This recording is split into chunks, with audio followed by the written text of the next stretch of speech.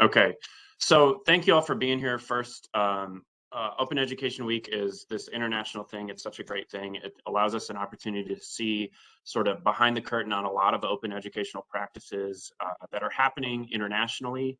But here we have 10 events this week that happen in Tennessee that give us some information about stuff that our colleagues are doing. And we're just really excited to hear about all this. I'm going to put a link in the chat right now. This is the link to the schedule of Open Education Week events this week that THEC is facilitating. And I should probably step back and introduce myself. My name is Ryan Korstange. I work at THEC, and I'm Director of Academic Affairs, and I manage a bunch of textbook affordability efforts that we're engaged in across the state. And so we're just really excited. We understand at THEC that affordability is a big criteria for success. We understand that textbooks are a cost that is hard for students to bear sometimes, and they're expensive. We understand more than that, that textbooks and the way they're used in class correlate with the way students learn and what they learn. And so we're really excited to hear about what's happening across the state with open education, with open educational resources. And we just really are excited to have this set of events and to learn this information. So 2 reminders. The first reminder is we're recording these events. We'll make the recordings available after the meeting. I'll send a message out to the listserv when those recordings are up with information on where to see them, and you can pass that along to your colleagues. If you've not joined the listserv, please do that. You can send me an email, or you can send an email to academic.programs@tn.gov, and we'll get you set up with the listserv. You can also join the Open Education Hub, which is another way that we're spreading information about what we're doing with OER and open education in the state. And I'll put a link to the Open Education Hub in the chat in just a second. Okay, that's the last reminder. We have another event today at 1. Okay, so it's not the last reminder, turns out. We have another event today at 1, and the rest of the week, 10 a.m. and 1 p.m. Central. And we'd love to have you at as many of those as you're able to attend. And with that, I'll turn things over to Rachel, and Ashley.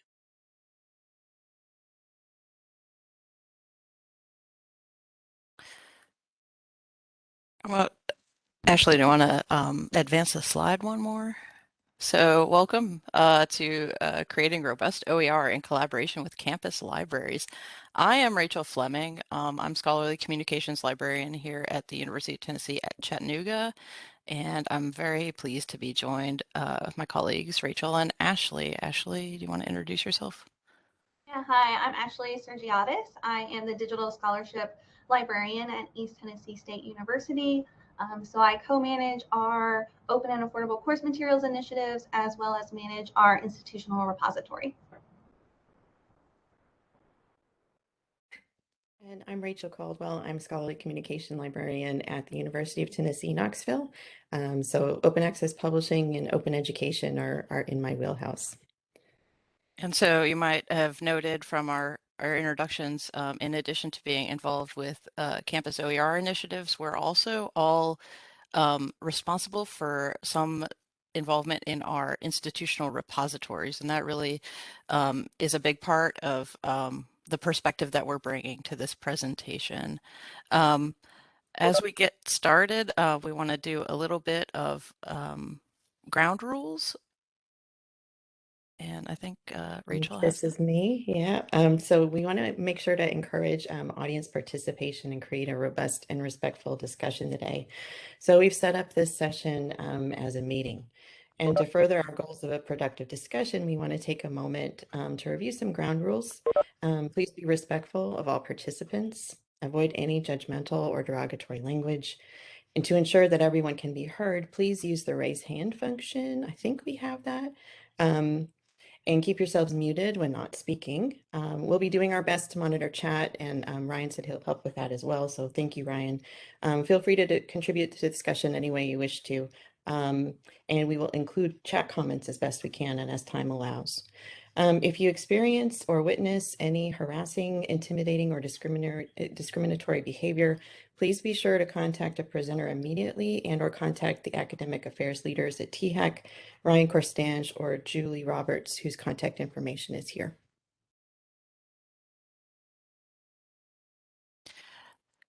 So next up, we'd love to hear who you are. If you want to take a moment to introduce yourself in the chat, we'd love to have that for everyone.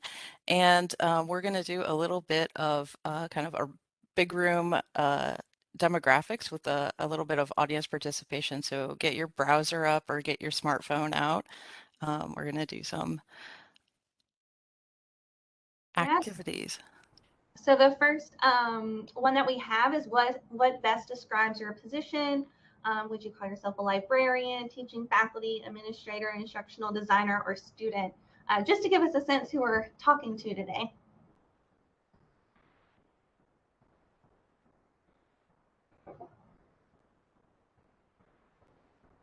And you should be able to join it at slido.com, or you can use the QR code. And if you have any trouble, just let us know.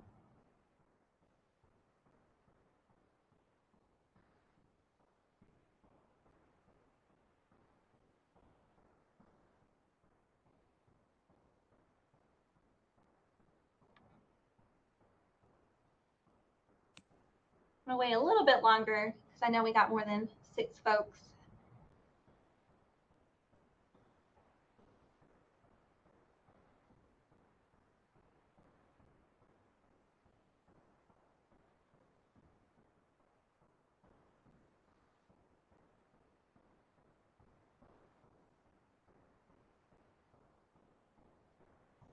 Okay, so we have a lot of administrators who are coming in, a few librarians, teaching faculty, and maybe 1 or 2 instructional designers.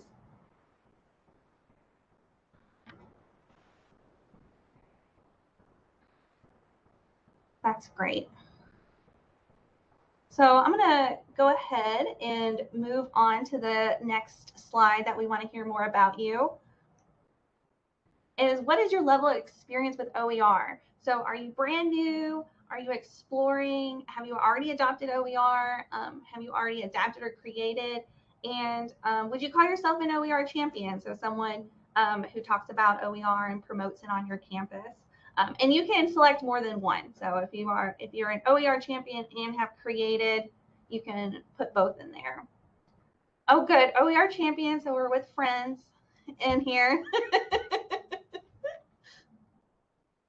Exploring OER, and some of you have already adapted or created. That's great. And then a few brand new. Don't worry if you're brand new. I think all of our slides will make sense and introduce you to the world of OER. This is a great range of folks today. And then our last slide is, what are some of the difficulties you've encountered creating OER? And if you haven't created OER, just put difficulties that you've had with your experiences with OER, whatever they may be.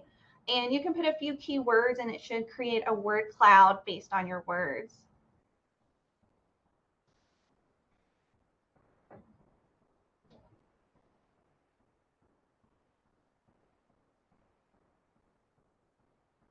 Faculty buy-in, I think me and the Rachels have all experienced this.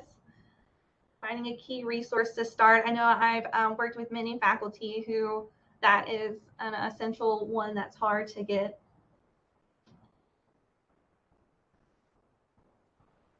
Wow, lots in here. So cost, licenses, editing existing OER that's accessible. A lot of these keywords we'll be talking about today. So accessibility, licenses, software and tools, copyright concerns, and then of course we're going to talk a lot about collaboration between librarians and faculty. Is there anything else you guys want to comment on, Rachel or Rachel?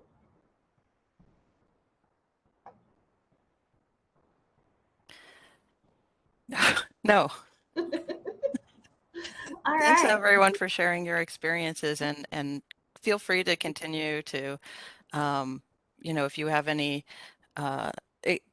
particular challenges, to mention those in the chat, and we can address those. We're hoping to have some discussion. So all of us are librarians, and we work on OER and affordability programs, and we work with institutional repositories. So our perspective is a little bit different than teaching faculty, and those of you who are administrators and librarians probably are more on our side of the perspective. So if we think about OER project as going from concept to content to a final container of that project, teaching faculty care about content, creators care about content. And that's really, essential. That's the meat and potatoes. But there's much more to creating an OER that has that professional look and feel, this container at the end, and those production that includes design, editing, layout, considerations like accessibility, licensing, distribution, preservation, so many things. And those are the things that that we as librarians tend to think more about. And it's not that either of these perspectives is better than the other. What we want to talk about today is how putting these perspectives together creates a better project. So we're going to talk a little bit more in depth about some of the topics that y'all raised and some that came to our minds when we thought about it, and hopefully show how connecting librarians together with faculty early in the process can strengthen the end product of an OER.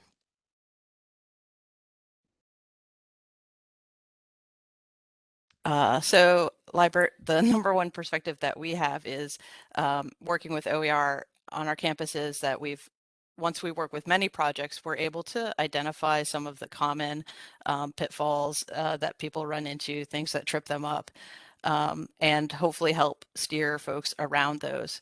And we also have networks of each other who we can learn from and connect you with, such as the listserv that Ryan mentioned at the beginning of the slide. And we're going to have one key point from each of us here. So Ashley's up. Yeah, so on my campus, the many perspectives I have, one of those many perspectives is the faculty I've worked with have done many different mediums. So I've worked with faculty who have done videos, podcasts, PowerPoint slides, as well as text-based materials. So on this slide, the middle image is from our institutional repository, in which an instructor created video lectures for her class about teaching social studies. And through that process now, someone comes to me with, I have a video project or audio project. I've sort of heard all the multimedia ones, so I can point them to the directions that they need. And one thing that I've learned across the board based on my experience is, you see that graph down below in the slides, and those are the downloads from our OER collection at ETSU. And the blue bars, those represent the primary downloads. So essentially, the more user-friendly one, basically usually it's PDFs, so what people normally would be reading. And then the red bars represent the additional files, which are normally what the instructors use to create the materials. So your Word documents or PowerPoints. In most of our collections, not a lot of people are downloading those additional files, but with OERs, they are. So what that means is people are wanting the original files that the instructors are using. So many times I'll just have faculty send me a PDF of their materials, and I'll say, no, I want the PDF and the Word document, or the PDF and the PowerPoint, to make sure that the audience that they're wanting to download gets exactly what they want. So that's just one example of how working with different faculty and seeing projects across the scope have helped me help other faculty.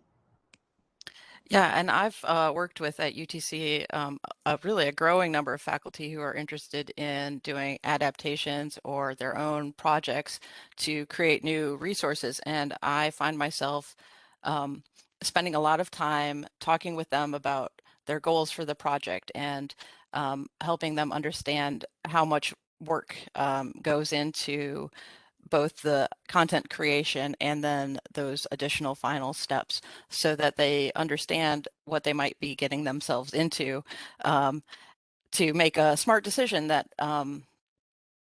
that really benefits them, since we don't have a large amount of grant funding to give them. So we spend a lot of time talking about goals and what is feasible, how much time do they have, what other priorities do they have, what is their tenure and promotion guideline situation. I just recently had somebody say to me, I'll write this textbook in a couple of years after I receive tenure.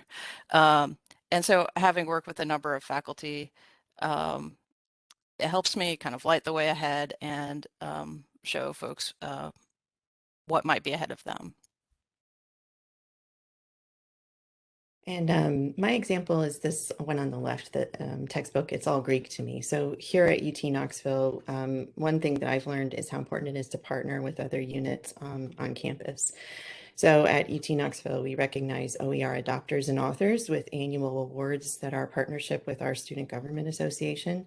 We offer small grants for both adoptions and creation through a partnership with our Division of Student Life. So Charity Davenport's book here for ESL instruction received both a grant, a small grant to help support and sort of help her finish that project. It also gave her connections to our instructional designers who are in our Office of Online Learning and helped her really make a super product. And she's also been nominated for an Open Education Award this year. So at our library, I think we're thinking also about how do we get instructors and authors recognized, and how does that help us spread the word about OER on our campus? So before we dive in more about how libraries can support OER creation, we want to make sure to say that not all libraries are the same. And not all of us have the access to the same resources or the ability to provide the same kinds of services. But the constraints we face are the same. I thought constraints, there ain't no money and there ain't no time. So even for the three of us who have official responsibilities with OER programs, we all have other responsibilities as well. So all of the librarians are taking on additional work to support OER. And most of us are involved in OER work to some degree because we're really passionate about it. And that can be another limiter with so many responsibilities. There's like a human limit to what is possible to share how much mental time and space we have for OER work. So if you'll indulge me in a small tangent, that's why I'm so invested in the work that THEC is doing in building statewide OER community through collaboration. Hopefully we can ease some of that resource burden across the board, both for well-resourced institutions and institutions that don't have quite so much support. What I will say about libraries and librarians is that we are really invested in supporting faculty and students in whatever they do, and especially in supporting teaching and learning. So while each library and librarian has their own set of constraints, we will generally do whatever is possible for us to do to assist, and our set of skills will probably benefit your project. So let's get into the nitty-gritty details. All right, so one thing that librarians are pretty good at is helping with copyright and licensing. This is something that concerns us on a daily basis with the agreements we enter into with vendors and with subscription. And so copyright is kind of something we know quite a bit about. So we can help you with copyright and licensing, both how to obtain copyright for materials that you might use in your OER, as well as how to license your OER so that others can use it. The key piece here is, rather than getting into all of the varieties and flavors of Creative Commons licensing, it's really just understanding for this moment that licensing is really the heart of open educational resources. An open license, usually through a Creative Commons license, is what makes a work open or not. Open does not mean online. It means openly licensed so that you and others are given legal permission to share, change, edit, sample, remix, etc.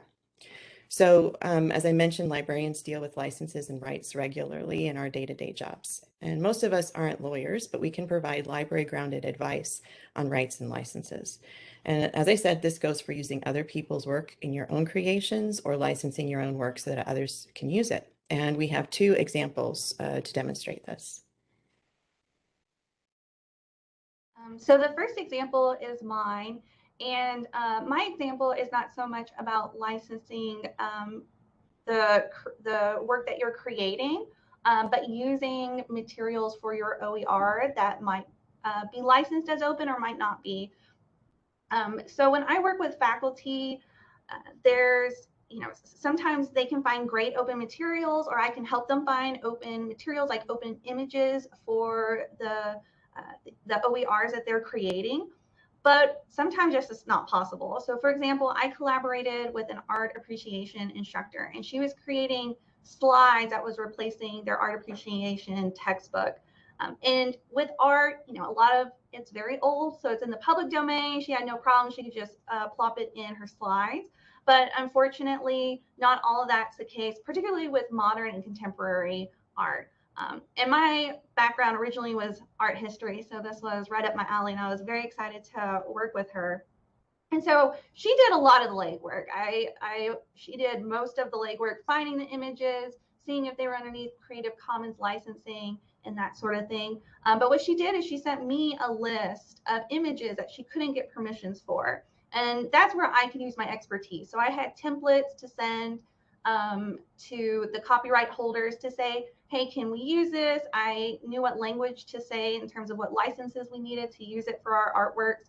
And then when we couldn't get that license, then we figured out how we wanted to frame our statement of fair use and be able to use a low resolution image instead of the high resolution image. So on this slide, the one on the left, we actually got permission from the state of Roy Lichtenstein to use that artwork in the OER, which I was very excited about. And the one on the right was one that we weren't able to get permissions, but we were able to use a low resolution image for fair use. And Rachel has the next example. So this is a slightly different one. At UT Knoxville, a faculty member approached our engineering librarian. He had authored a textbook that was published by a learned society, but the book didn't sell very well. He thought the book might still have an audience, and so the society, which had no intention of ever reprinting the book, reverted the rights back to the author. So that meant that the publisher no longer had the rights, the author regained the rights over the work. So I met with the faculty member to talk about the benefits of openly licensed textbooks as an OER, and he decided to share the work under the most open of licenses, the Creative Commons Attribution License. So I added a page at the beginning of the book to describe the situation to users and identify the new active license. And that license you'll see on the right side of the screen is also evident in the entry for the book that's now in the Open Textbook Library, which is a great resource for finding openly licensed textbooks and housed at the University of Minnesota. The Creative Commons Attribution Only license here tells readers and adopters that they can use any part of this book as long as they attribute the original work to Dr. Tom Curlin. So if you know of any authors who have textbooks or materials that they have already created, this is another opportunity to discuss OER and open licensing. Another way that libraries can help, and this may in some cases be in instructional design or faculty development, depending on how your campus is organized, is with creation support specifically in technology and training. So one of the great things about OER, as Ashley mentioned, there's a flexibility of formats, but that means learning how to create new formats. So we're very lucky at the UTC library to have the studio, which has resources like cameras, microphones, even recording studios, and high-powered computers with programmings for use in production, and support services for softwares like Adobe Creative Cloud. So the example that you see on the screen is the work by Dr. Zibin Guo, created with support from the studio, demonstrating his accessible Tai Chi program, One Form for All Physical Abilities. that was funded by a national grant. So getting that out in the open was a big benefit to his grant. And our studio also has a technology trainer who can provide assistance with Microsoft Office products, which is another barrier sometimes. And along with technology support, we're delighted to partner with our Walker Center for Teaching and Learning, our Faculty Development Center, for assistance with Canvas, our course management system, and to connect with instructional designers for developing those customized materials inside of the course management system. And if we don't offer the training and support, librarians pride themselves on their ability to connect you with the people who do. And I think we have more. And I just wanted to mention one more time that at Knoxville, we really, as others talk about, but just to hit that point home, we do bring together entities from across the campus. And here in Knoxville, we have two formal groups: the Open Education Advisory Group and the Open Education Working Group. Our working group brings together instructional designers, IT experts, student government leaders, and librarians. And as a result, we've been able to do and pull off things that we couldn't do, working alone. So Dr. Barb Murphy is one of our real open education leaders here on campus. She's a faculty member in the School of Music. She received one of our open education grants, again, funded by Division of Student Life, and administered by the libraries. And so she received support from instructional designers. And with these resources, she created a website for her music theory class. We know that there are users across the country right now, as well as several instructors in South America who have started using this. So through these programs, we've really connected other instructors with a wide range of campus resources. Accessibility is a huge part of OER. We want to make sure that resources are not just financially accessible, but have the kind of full range of accessibility tools, which is something that I find myself developing a skill in helping faculty as they are in the creation process, often in software like Microsoft Word, creating content in a way that will translate to an accessible PDF. And I am also very lucky to have a student worker who is assisting me with this. So you see kind of two examples of accessible features. One is a robust alternate text for a table that is an image in the text. So the alternate text describes the important points of the table. And then up on the right-hand side, you see the tabbed organization of a very large PDF file to assist in navigation. So reviewing PDF for tagging, reading order, alternate text headings, and other accessibility features is something that I have a student working full-time on. But if we're not able to support these features, we can tell you and provide you resources in how to hopefully do it yourself. And there's some really great resources out there focused specifically on OER accessibility. And I just wanted to touch on the multimedia aspect. So as Rachel mentioned, student assistants are great for accessibility because it's a very tedious project. And it's usually something that they can do, and it takes a lot of time. So I also use my student assistants when it comes to transcripts as well as captions. So this is an example of one on the left. Because they can very easily listen to a video and fix the language in a caption. Because even if you use auto captions, a lot of times they're going to get things wrong, especially with the jargon. And as Rachel mentioned, there's a lot of different accessibility checkers that you have in the Microsoft Word, the PowerPoints, the PDFs. But the one on the right, they also have ones for websites as well. And I'm just going to plop that in the chat in case anyone's unfamiliar with it. But it will tell you what's wrong with your website in terms of contrast, headings, all those sorts of things. So I always, when the first thing I talk to when I talk to faculty is accessibility, especially if they're doing videos or audio, to make sure that they are prepared to have the captions and transcripts ready. And as I mentioned at the beginning, a lot of people actually, we had a podcast, and I noticed there was a lot of people downloading the transcripts rather than streaming the podcast. And so, just because it's labeled underneath accessibility, people, still use a transcript even if they don't necessarily need it. And the next part is also me. So I'm going to be talking about preservation. And Rachel have mentioned that we are institutional repository managers.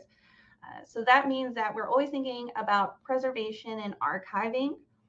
Institutional repository is essentially just a fancy term for a website where we try to archive all the scholarly and creative output of an institution. Normally, this is also backed up. So all of ours are in this digital commons platform by bpress, and it's all backed up by the cloud. So when you're thinking about creating or authoring OERs, you want to start thinking about, well, where is this going to live online? How will I know that it's going to survive a year from now, 2 years from now, a decade from now? So if you work with us, and particularly if you have an institutional repository at your institution, it's a good idea to put at least a copy in there, because even when you maybe stop thinking about this material, the librarians at the library will be thinking about, okay, well, I still need to preserve this even if it's a decade from now. And we can also help you with file types. So what file type should I use to make sure that it doesn't go out of date and now I don't have, a document that works anymore?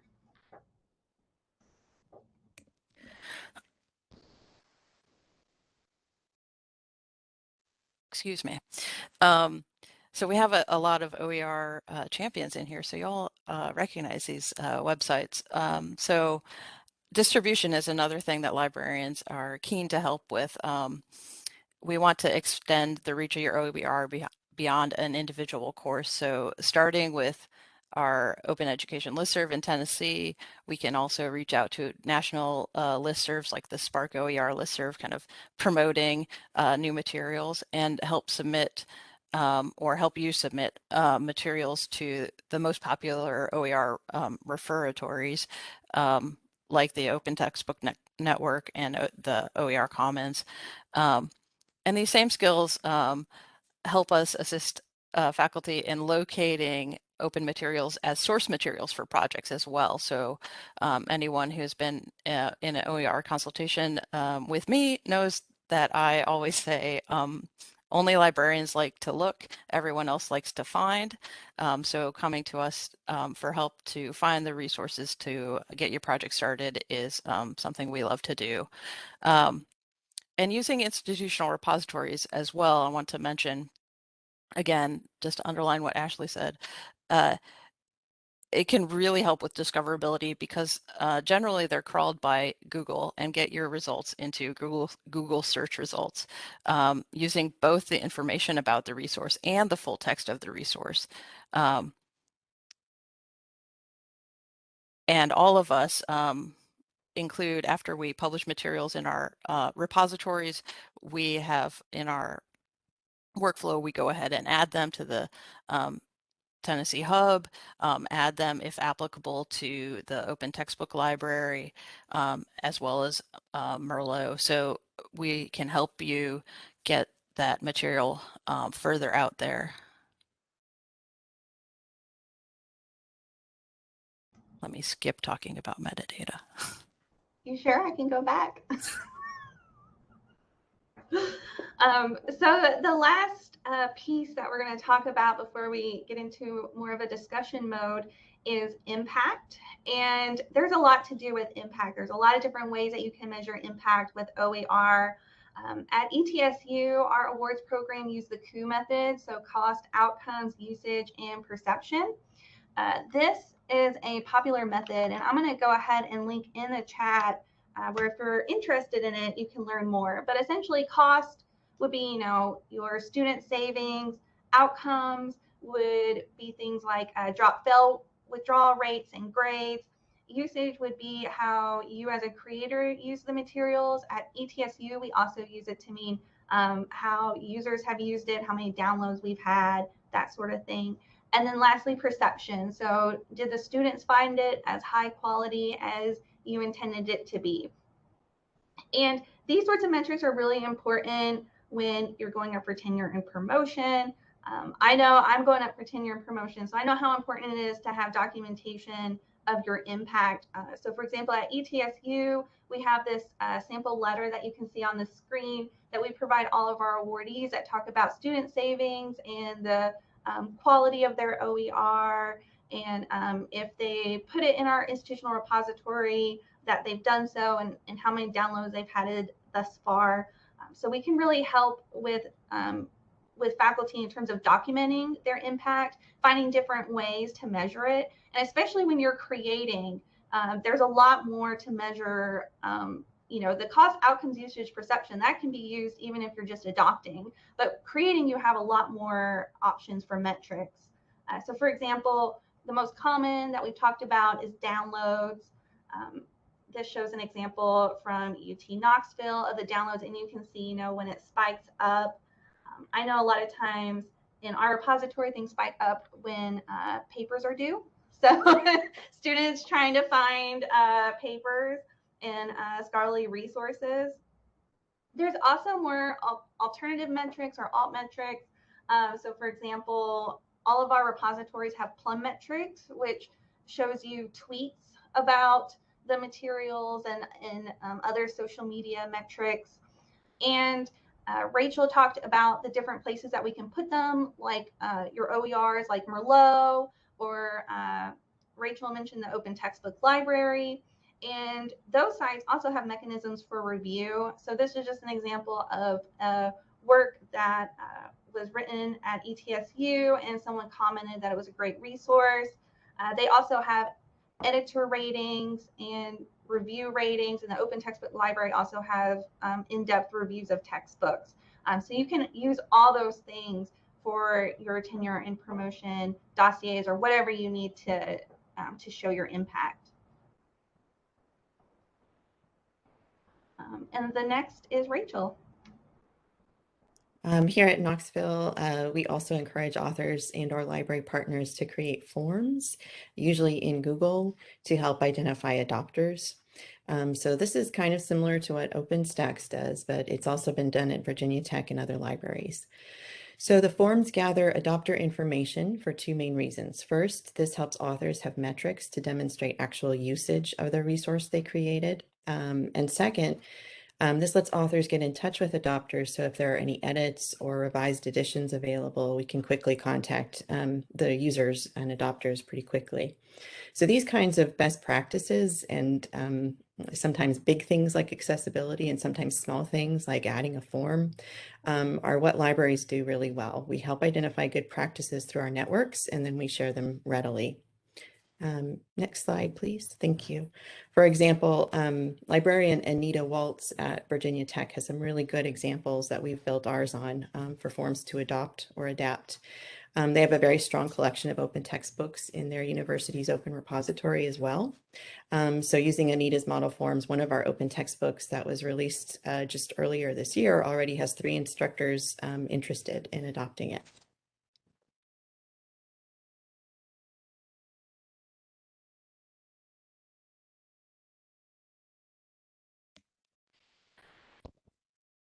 So that's all that we have to share. Hopefully, not too much too fast, but we would love to, as we said at the beginning, open this up for a little bit of Q&A if you have any, or an even broader discussion about any of these topics, which we've put on the right-hand side for you to remember. So to get something started, what should we start? So if you learned anything new during our presentation, would that impact the way that you did a project that has already been completed, or has anything that we've mentioned changed your outlook on a project that you're currently working on?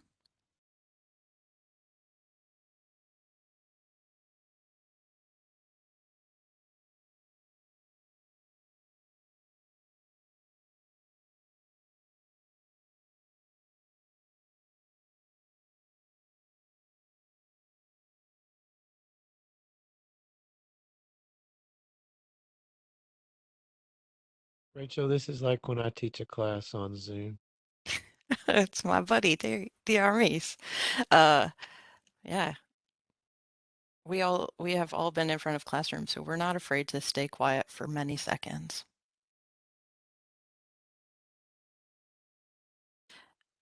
So here's a question from Tracy Lee. What type of questions do we get from faculty?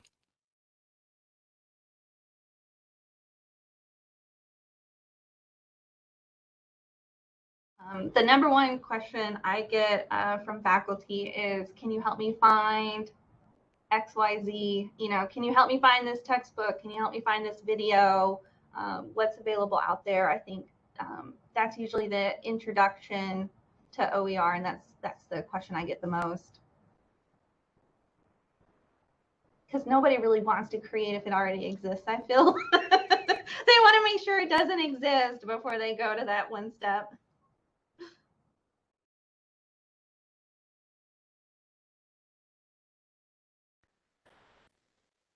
For faculty that are looking to do adaptations or adoptions,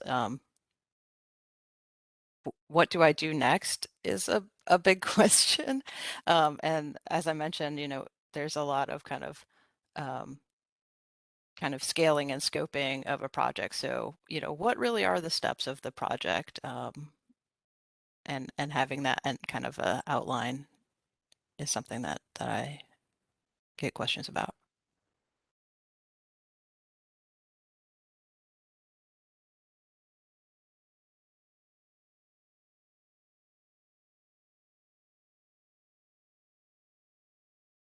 Where I is see another chat's come in. Yeah.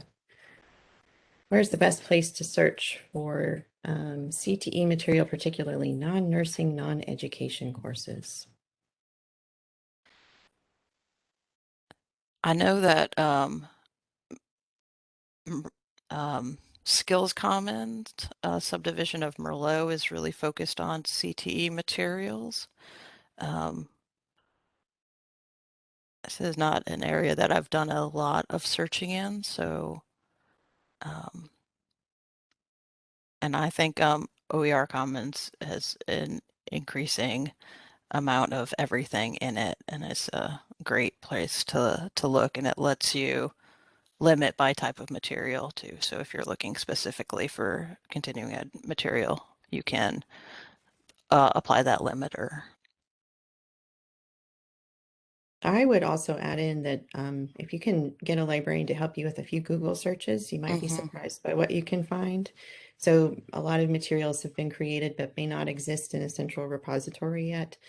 And so, for example, societies and professional organizations might have some material to look at, others as well. And there are some ways to do not super advanced, but somewhat advanced searching in Google. And I think your librarian can help you with that and really kind of help you make sure you're not missing anything.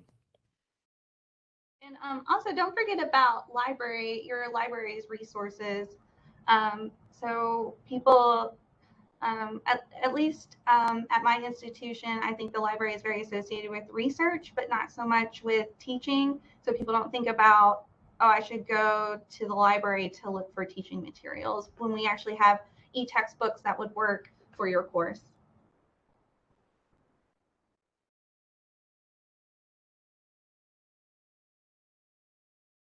And of course, the key point with that is it's may not be open, but it's definitely going to be affordable for your students. So there's, you know, a little bit of this is a little bit like putting together a quilt with little pieces of both affordability and openness, but to make something that works for you.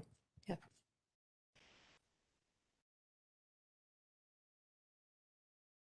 I know we have a couple of librarians on here, so I want to ask them if there's anything that we left out that they want to have mentioned.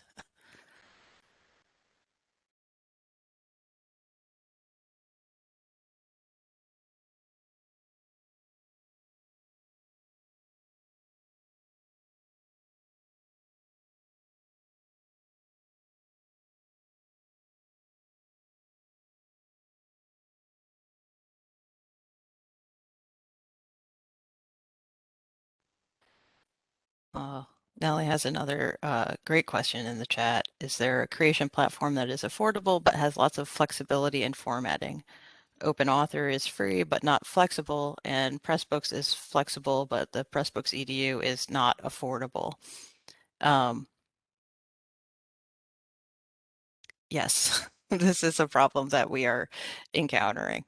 I've had faculty members use some website creation tools to create specifically multimedia projects that we weren't able, that we might have been able to create in Pressbooks if we had access to it, but we don't. So I had author use Wix, and I think Rachel, you had some of those were in website formats too.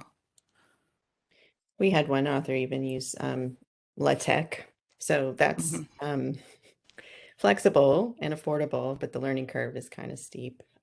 So yeah, it's complex, really. There's not a good answer, I don't think. But if you can find somebody with skills in sort of the, the LaTeX and making things like in math formula, et cetera, that can go far.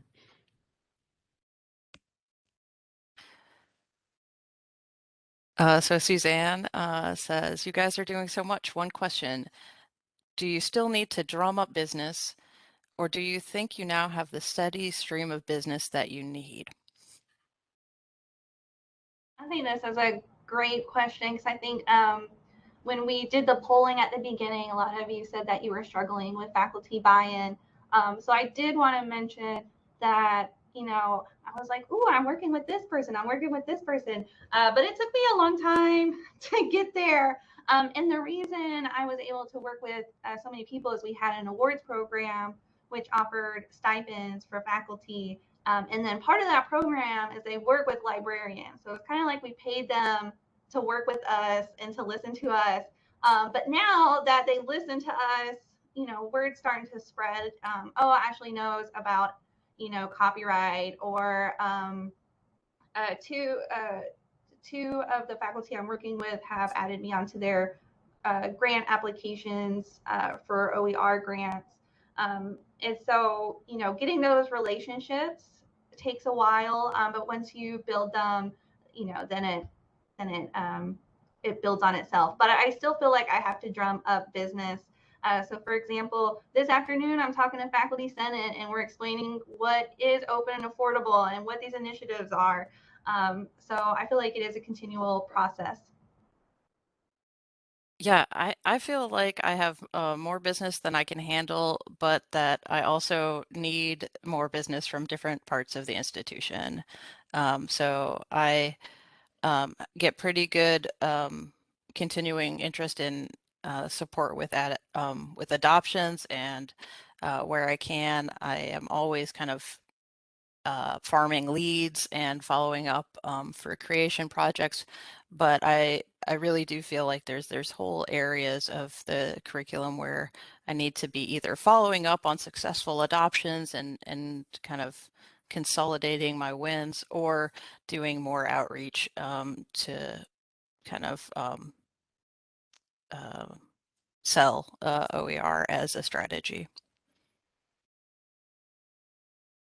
And I would say at my campus, it's similar. I think that at the departmental level, there's still a lot of hesitation about OER. It kind of reminds me of where we were with open access years ago, where the quality is still a question and the purpose is still a question. And, we have so many students that still need this to be successful. So we aren't where we want to be, I don't think, at the campus level or at the library level. But I think I still have to, like Rachel and Ashley, really still have to sort of bring the issue up a lot of times, or have these programs like grants and awards to bring it to faculty attention, because otherwise it's we won't get new people and we won't grow the way that we hope to. And something related to that is, I think there's especially on my campus, a real desire for things to be a grassroots cause. We kind of want administration support, but we don't want administration telling faculty what to be doing in their classrooms specifically. So that's a fine line to walk as well. So I really like kind of the word of mouth and kind of grassroots growth of the programs.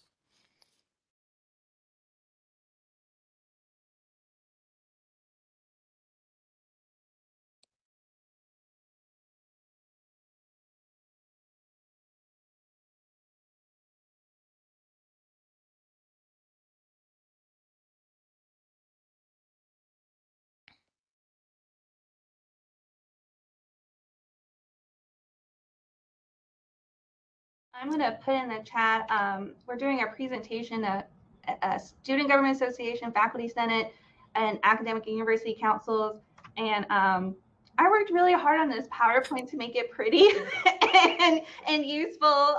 So if you want to check that out, you can see, you know, what we're actually telling our faculty, staff, and administration, and what we're asking of them to help us with open and affordable. Yeah, and let's give a shout out too to the MTSU presentation on library integration later this week as well. We do have a few key takeaways that we wanted to wrap up with, which is we want to encourage everyone to reach out to librarians or include librarians in their projects. Librarians work together at the state level and the national level. Remember us if you're looking for money and include us where possible.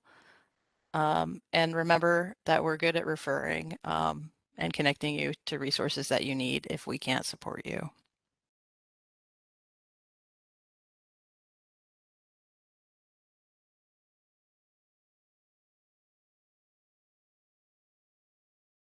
Looks like we have about 9 minutes remaining. So if there are any sort of final questions, I'm sure that Ashley and Rachel would be happy to hang out. But yeah, I think that sounds like your sort of last slide, as it were. Otherwise, maybe I'm misunderstanding y'all. Well, we certainly thank you all for presenting today. Just really interesting, lots of stuff to think about going forward. You know, for me, for all of us. So we really appreciate your insight and the resources you shared. And again, if there are any questions that remain, we'd love to hang out and answer them. I'm committing people to 8 more minutes of answering questions that may not have planned for 8 more minutes of answering questions, but they're going to be fine with it. I've decided. So otherwise, thank you for coming today and listening. Really appreciate it. And see you at the rest of the Open Education Week events this week.